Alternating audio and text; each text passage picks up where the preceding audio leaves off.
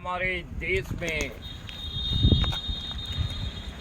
बहुत महान महान कवि आए जिन्होंने एक से एक कविताएं रचना की। से लेकिन no no no no no जहाँ तक मैं समझता हूँ कि रामधारी सिंह दिनकर जी उनमें से एक असाधारण प्रतिभा के धनी थे।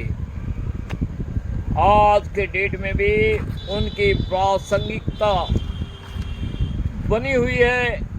उन्होंने ऐसे ऐसे कविता की रचना की है कि उन्हें एक तरह से हम ये कहें कि उन्हें उनकी रचित कविताओं ने उन्हें अमर बनाने का काम किया।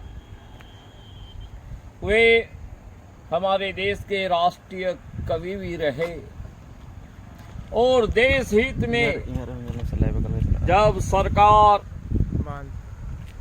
अंग्रेजों की जब हुकूमत यहाँ चलती थी उस दौरान भी देश प्रेम देश हित में उन्होंने बहुत सारी कविताओं का रचना किया।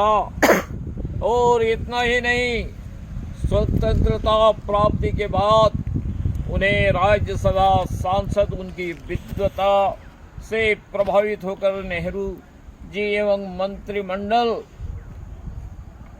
ने बनाया था। लेकिन उन्होंने अपने कलम और अपने हुंकार से कभी समझौता नहीं करने का जो अपूर्व काम किया, यह निश्चित रूप से बहुत ही प्रशंसनीय है, जिसकी हम जितनी भी प्रशंसा करें कम ही होगी। उनकी प्रतिभा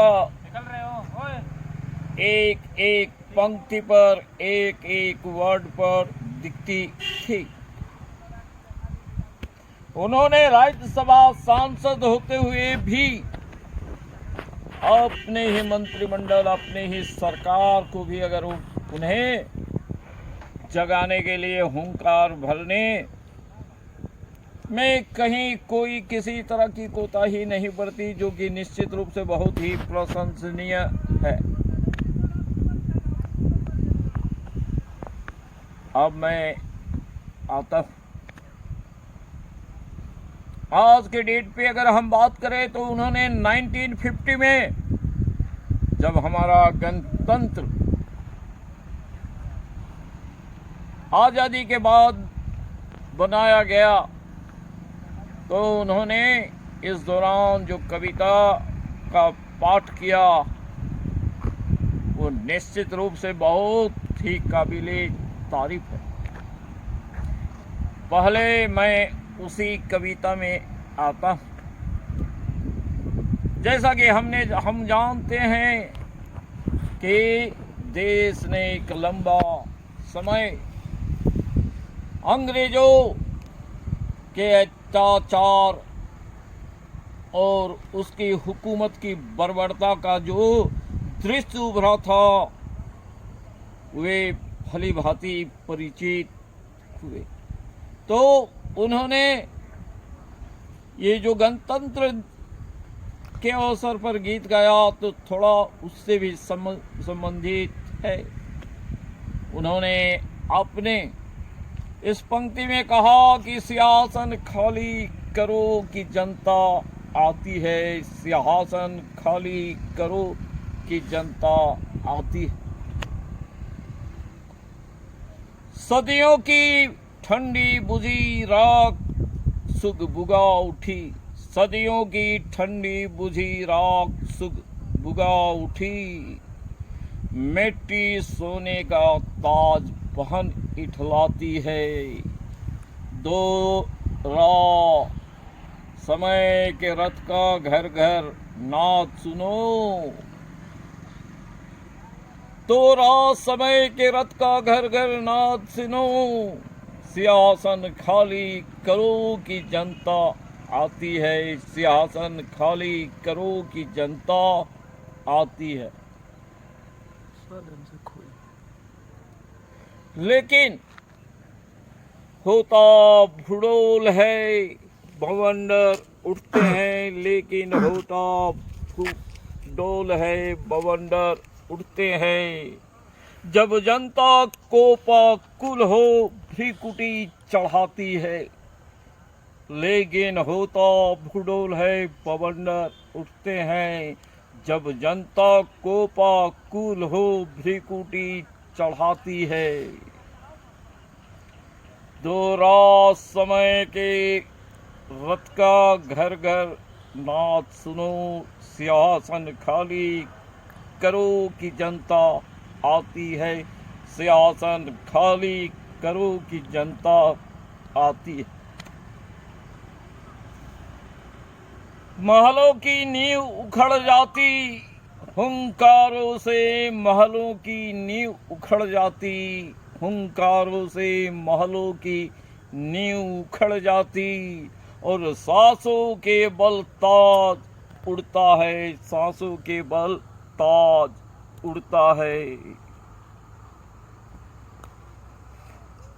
जनता की राह रोके, जनता की राह रोके, समय में वो ताऊ कहाँ,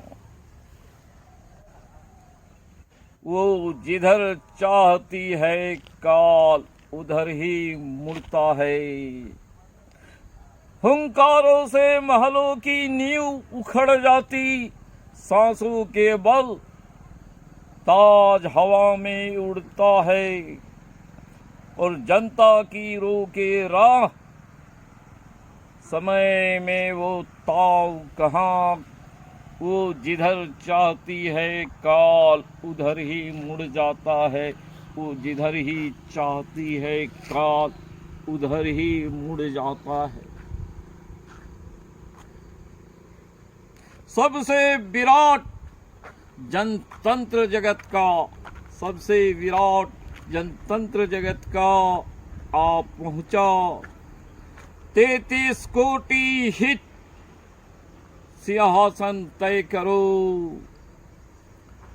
सबसे विराट गणतंत्र जगत का आप पहुंचा। 33 कोटि हित सिंहासन तय करो। अभिषेक आज राजा का नहीं जनता का है, अभिषेक आज राजा का नहीं जनता की है। 33 कोटि हित जनता के सिर पर मुकुट धरो। 33 करोड़ जनता के हित मुकुट धारण करो। ये लाइनें सचमुच बहुत ही जबरदस्त है। जैसा कि हम जानते हैं कि ये आबादी आज के डेट में 140 करोड़ से ऊपर हो गई है, जबकि जब ये कविता लिखी गई उस समय मात्र 33 करोड़ थी 1950 में। तो उन्होंने ये लिखा है कि सबसे विराट गणतंत्र जगत का आप पहुंचा। 33 कोटि हित सिंहासन तय करो। आज अभिषेक राजा का नहीं जनता की है। आज अभिषेक राजा की नहीं जनता का है। 33 कोटि हित, 33 कोटि हित सिंहासन तय करो। 33 कोटि हित सिंहासन तय करो। आगे की पंक्ति पुनः मैं आता हूँ। आगे की पंक्तियाँ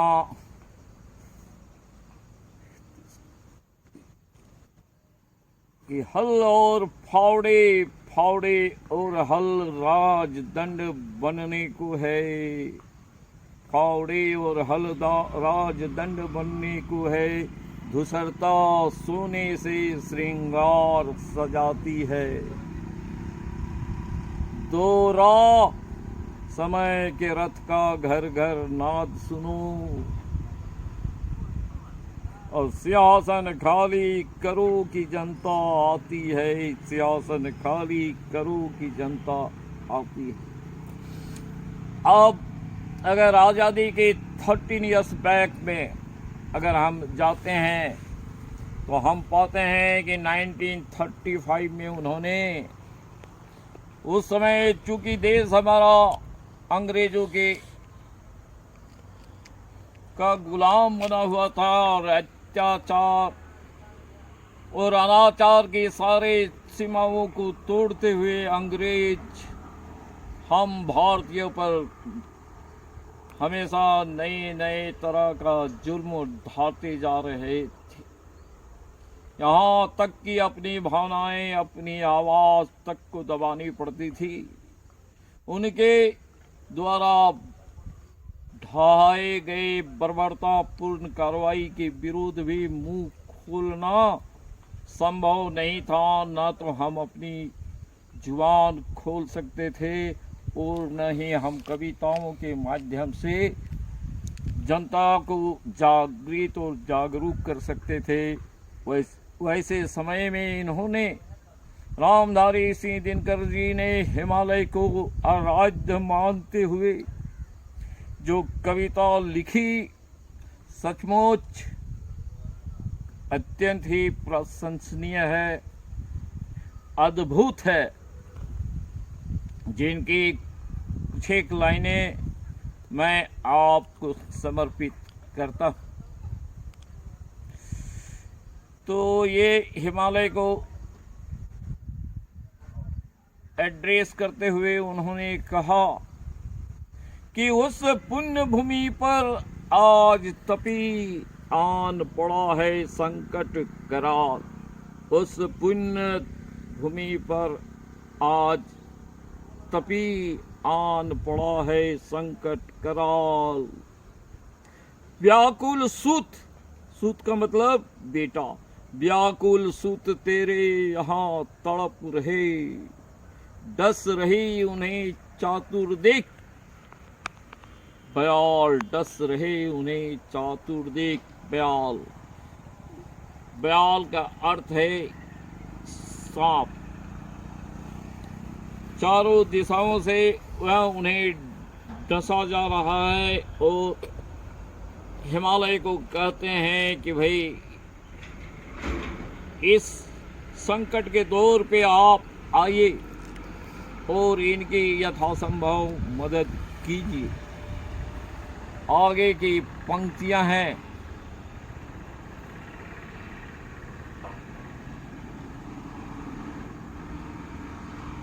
कि तू पूछ अवध से राम कहाँ, तू पूछ अवध से राम कहाँ, वृंदा बोलो घनश्याम कहाँ, मगध कहाँ मेरे अशोक, वो चंद्रगुप्त बलधाम कहाँ। तू पूछ अवध से राम कहाँ, वृंदा बोलो घनश्याम कहाँ, ओ मगध कहाँ मेरे अशोक, वो चंद्रगुप्त बलधाम कहाँ। ये भी मस्त लाइनें थी। प्राची के प्रांगण विच, प्राची मीन्स पूरब दिशा, प्राची के प्रांगण विच जल रहा स्वर्ण काल अग्निज्वाल, ओ मेरे नगपति, ओ मेरे विशाल, ओ मेरे नगपति, ओ मेरे विशाल। प्राची के प्रांगण बीच जल रही स्वर्ण युग अग्निज्वाल, ओ मेरे नागपति, ओ मेरे विशाल। रे रोक न युधिष्ठिर को तुम यहाँ। ये और मार्केबल है क्योंकि पांचों पांडव हिमालय के माध्यम से ही स्वर्ग की राह तय कर रहे थे। तो रे रोक न युधिष्ठिर को तुम यहाँ, जाने दे उनको स्वर्ग धीर, पर फिरा दे हमें ग्रांडीव गदा, लौटा दे हमें अर्जुन भीम वीर। क्यों? तो आज के डेट में युधिष्ठिर जी का कोई विशेष मायने नहीं है। जहां अत्याचार और अनाचार की गंगा प्रवाहित हो रही है, अंग्रेज सरकार के द्वारा नित्य नए नए जुल्म ढाए जा रहे हैं, वैसे स्थिति में युधिष्ठिर जी की कोई महत्ता नहीं है। हमें भीम और अर्जुन, उनके गांडीव गदा, Arjun known for the Gandiva and Bhim known actually that for the गदा। तो गांडीव गदा के साथ हमें ये फिरा दे, रे रोक न युधिष्ठिर को तुम यहाँ जाने दे, उनको स्वर्ग धीर पर फिरा दे, हमें गांडीव गदा लौटा दे, हमें अर्जुन भीम वीर। रे कह दे तू शंकर से फिर आज, रे शंकर से तू फिर कह दे फिर आज, वे प्रलय नृत्य करे फिर एक बार, वे प्रलय नृत्य करे फिर एक बार, और सारे भारत वर्ष में गूंज उठे हर हर बम बम का मंत्रोच्चार, सारे विश्व में गूंज, सारे भारत में गूंज उठे हर हर बम बम, हर हर बम बम का मंत्रोच्चार, का मंत्रोच्चार। ले अंगड़ाई हिल उठे धरा, ले अंगड़ाई हिल उठे धरा, कर नीज विराट स्वर में निनाद, फट जाए कुहा भाग जाए प्रभात।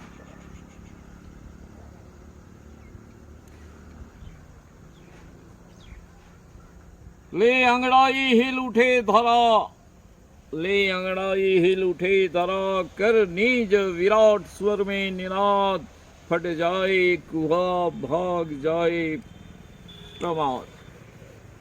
तू मौन त्याग से नाद कर, तू मौन त्याग से नाद कर, रे तपी आज नहीं तप का काल, नौ जुग और शंख ध्वनि जगा रही तुम्हें, जाग मेरे विशाल, जाग रे मेरे विशाल, जा ए मेरे पाप। ये उन्होंने भारत अपने राष्ट्र की दास्ता पर भारतीयों को जागृत करने के लिए, जागरूक करने के लिए स्वतंत्रता की बेड़ियों को तोड़कर स्वतंत्रता की के लिए प्रेरित करते हुए उन्होंने ये कविता लिखी। उसकी एक एक लाइन काफी प्रासंगिक है। ये हमेशा आज के दौर पे भी अगर हम कहें तो हर जगह ये लागू हो सकती है। अब पुनः 1962 का आते आते, मतलब आज़ादी के 15 साल बाद, जैसा कि हम चीन के कैरेक्टर को जानते हैं कि चीन कभी विश्वसनीय नहीं होता, भारत चीनी भाई भाई कह के जैसे ही भारत मुड़ता है तो चाइना उसके पीठ पे खंजर भोंकने का काम करता है, और हमें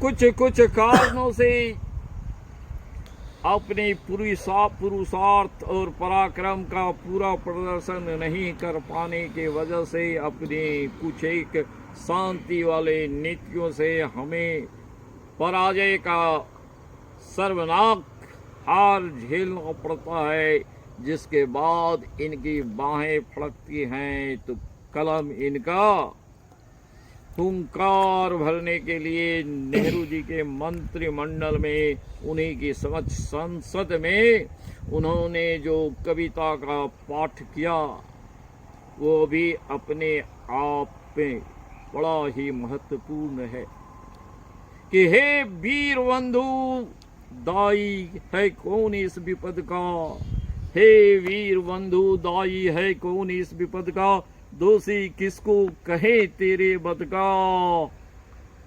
यह गहन प्रश्न तुमको कैसे समझाए, 10-20 अधिक हो तो नाम गिनाए।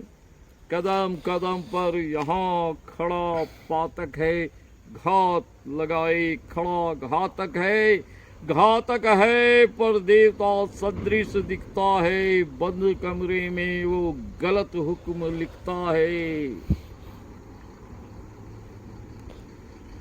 बंद कमरे में वो गलत हुक्म लिखता है, जिसे गुण नहीं गोत्र प्यारा है, समझो उसी ने तुम्हें मारा है, समझो उसी ने तुम्हें मारा है। चोरों के हैं जो हितू, ठगों के जो बल हैं, और जिनके प्रताप से पलते पाप सकल हैं, जो छल प्रपंच को प्रश्रय देते हैं, जो छल प्रपंच को प्रश्रय देते हैं, या चाटू कर जन से सेवा लेते हैं। Come on, good lines. आगे की लाइनें और बढ़िया है। उन्होंने नेताओं पर कटाक्ष करते हुए बाद में जो कहा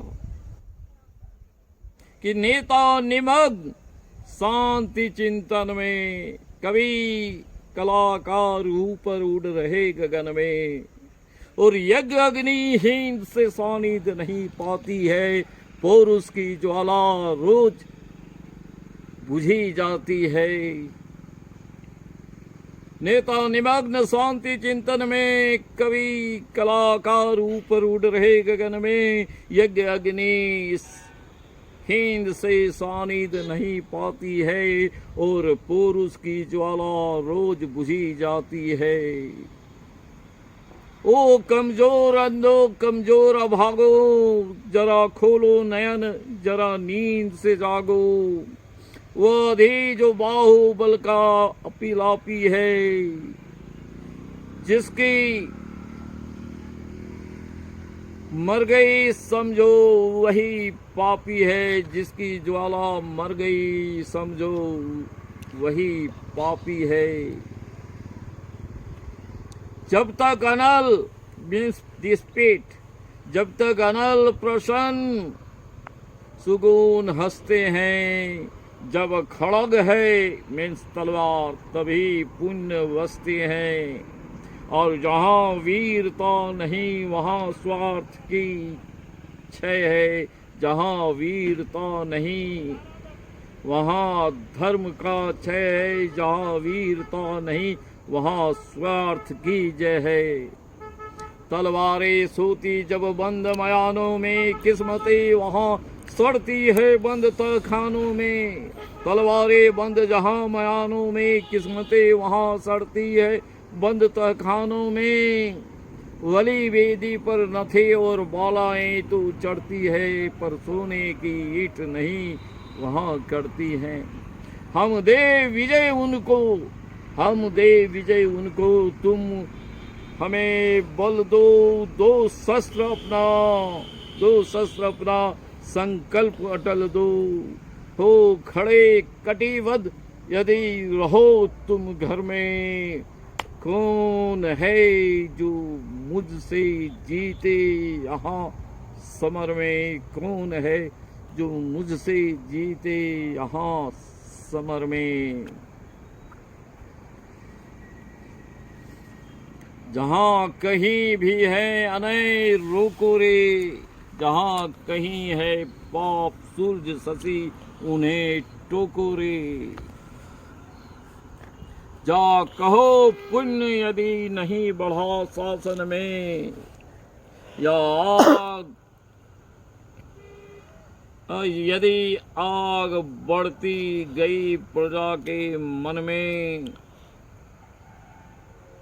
तामस जो बढ़ता गया ढकेल प्रभा को, तामस जो बढ़ता गया ढकेल प्रभा को, और निरंतर पंथ निर्बाध पंथ नहीं जो मिला प्रतिभा को। तो रिपु नहीं शत्रु नहीं, तो रिपु नहीं यही अन्याय तुम्हें मारेगा, और स्वदेश अपने घर में ही हारेगा, तो रिपु नहीं यही अन्याय तुम्हें मारेगा, और स्वदेश फिर से अपने ही घर में हारेगा, स्वदेश फिर से अपने ही घर में हारेगा. That's all. Now today my life has already been completed, and age actually that I could recollect, I expressed. That's all. That's all. That's all. It's over. Over. Over.